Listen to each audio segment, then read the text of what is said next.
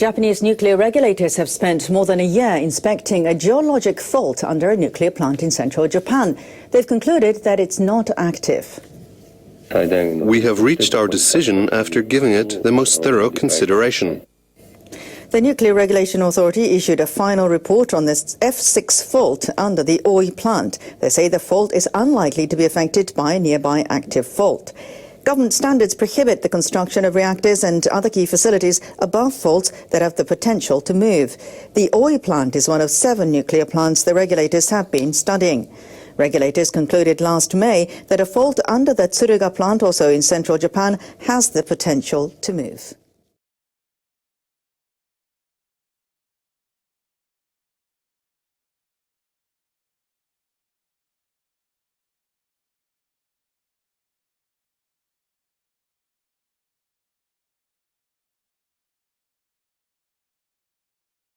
The head of Japan's nuclear regulator says more time is needed to complete safety screening to restart some of the country's reactors. All commercial reactors in Japan are currently offline. 9 nuclear power stations have applied for safety checks by the Nuclear Regulation Authority. The checks are prerequisites for restarts. At an NRA meeting, officials reported on the screenings of the first 6 power plants. One official said the authority is nearing the end of screenings for basic designs of new safety devices. Another said the checks are in the final stage. But after the meeting, NRA Chairman Shunichi Tanaka said the authority needs more time. We need to check the designs of safety devices, and then officials will start work on approving them. The whole screening process will not be finished by the end of March. Tanaka says the authority will hear a variety of opinions from scientific and technology experts before reaching a final conclusion.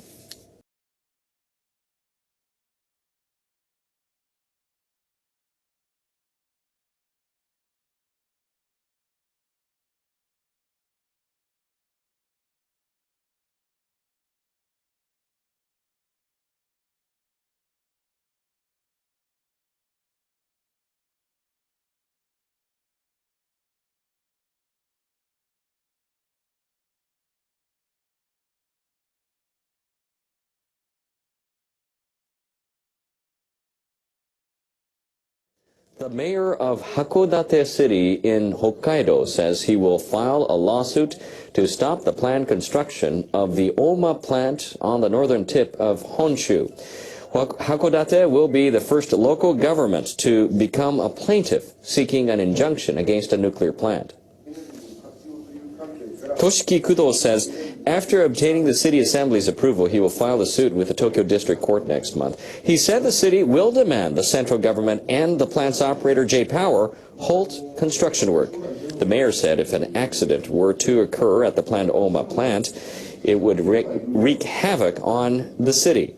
The facility is being built across a narrow strait in neighboring Aomori Prefecture, 23 kilometers from Hakodate. Regulations require local governments within a 30-kilometer radius of a nuclear plant to have plans in place to evacuate residents in the event of a major accident.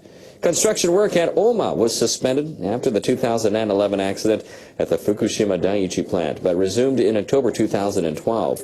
J-Power is preparing applications for safety checks required under the government's new safety guidelines. Kudo said the city has asked the central government and J-Power on 4 occasions to halt construction work indefinitely, but the requests have all been rejected.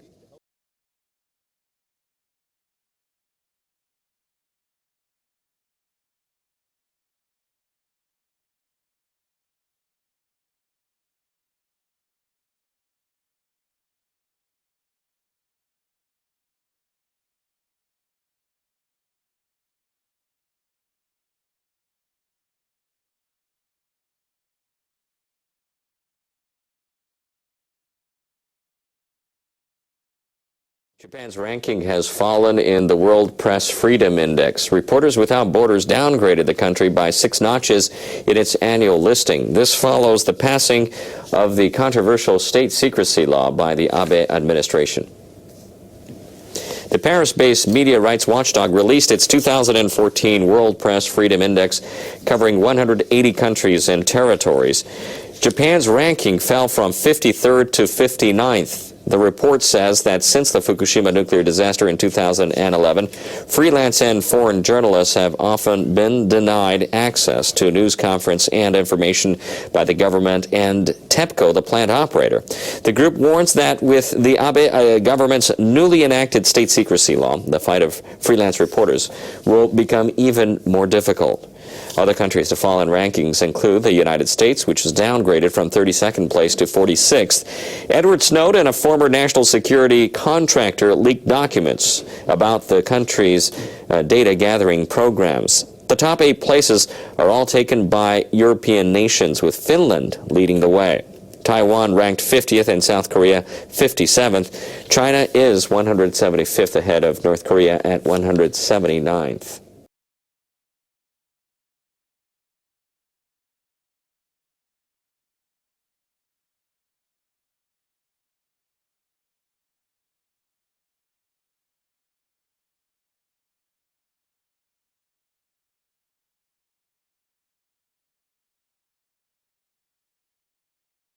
More people around the world are developing a yen for Japanese cuisine. That helped boost exports of Japanese food products to a record high last year.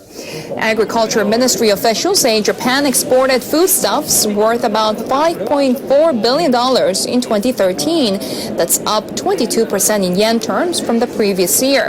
And it's the highest figure since the ministry began keeping records in 1955. Exports of scallops and apples doubled. Shipments of sake, miso paste, and soy sauce each grew nearly 20%. Shipments to other parts of Asia accounted for more than 70% of Japanese food exports last year.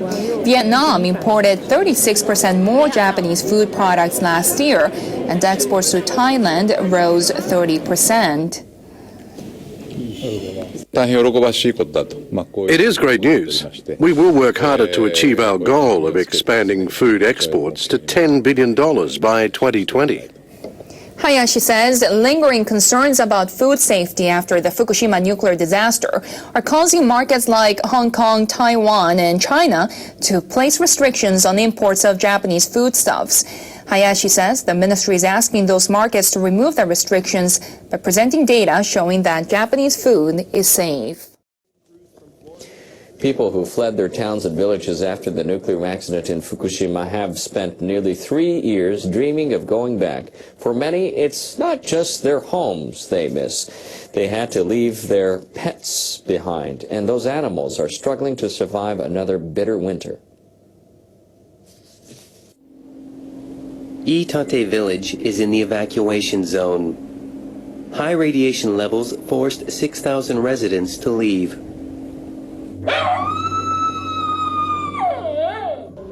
And since then, their pets have been going it alone.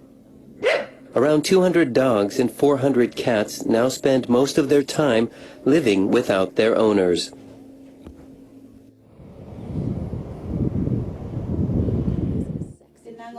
Tokiko Sato is one of those owners. She's living in Fukushima City temporarily. Because her apartment there doesn't allow pets, she had to leave her dog Taiyo in Iitate. Taiyo is a Japanese word meaning sun. Sato chose the name hoping the dog might share its warmth with others. I feel like I've been separated from my child. I miss Taiyo. I talk to his photo every day, saying things like, "Good night," or "I'm going now." Evacuees are allowed to visit their former homes during daylight hours. Sato goes twice a week to take care of her dog. It's about an hour's drive from Fukushima City.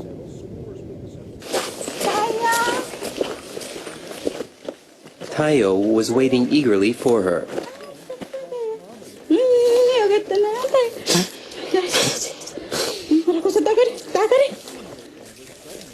She fed him some homemade food. She also took the dog for a walk.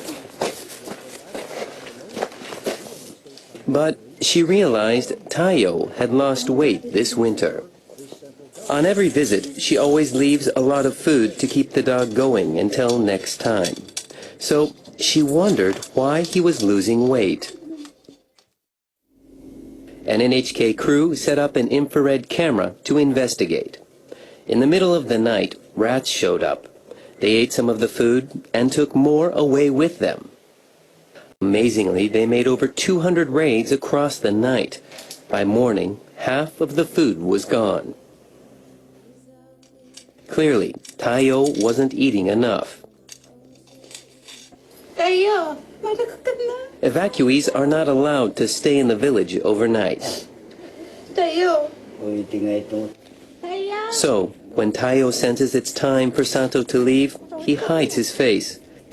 Sato is heartbroken about leaving the dog behind, especially with the rat problem. I feel so sorry for Tayo. I want Itate to be a safe place where people can live with their families as well as with their cats and dogs. That's my dream. This is the third winter since the accident at Fukushima Daiichi. The pets in the village are surviving with only intermittent visits from owners and volunteers. With no hope of life returning to normal soon, the animals and the people who care for them can do little else but keep going and hope for the best. Japan has won permission from the United States to import natural gas from a southern U.S. state. U.S. government officials have now approved all plans for gas exports involving Japanese firms.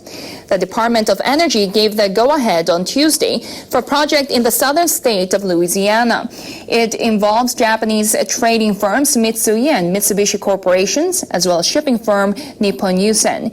If everything goes smoothly, 8 million tons of natural gas will be shipped annually to Japan starting in 2017.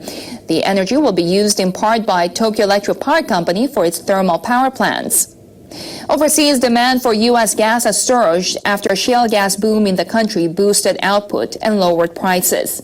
But Washington limits natural gas exports to countries including Japan that do not have free trade agreements with the U.S. They need to apply to the Energy Department for individual projects. The department okayed 3 projects for Japan last year. With the latest approval, Japan is now set to import about 17 million tons of U.S. natural gas a year. That would account for nearly 20% of the country's natural gas requirements. Hello, my people. I'm Abby Martin, and this is Breaking the Set. Here's a question I never thought I'd ask. What the frack is Mickey Mouse up to in Ohio? See, last month, Radio Disney employees traveled to 26 schools and science centers across the state promoting a program called Rockin' in Ohio. Sounds innocent enough, right? Well, it turns out this initiative was entirely funded by none other than the Ohio Oil and Gas Energy Education Program, which in turn gets its money from, you guessed it, oil and gas companies. During the demonstration, the kids were shown interactive presentations about gas pipelines and encouraged to spread the message about the industry. Now, I'm just guessing here, but I doubt these kids were also taught that infertility and cancer-causing chemicals have been found in fracking water supplies, and that the practice is responsible for artificial earthquakes in Youngstown, Ohio. Unsurprisingly, the fracking indoctrination of Ohio's youth isn't sitting too well with environmental activists. In fact, one online petition urging Disney's CEO to shut down this program has already gathered over 80,000 signatures.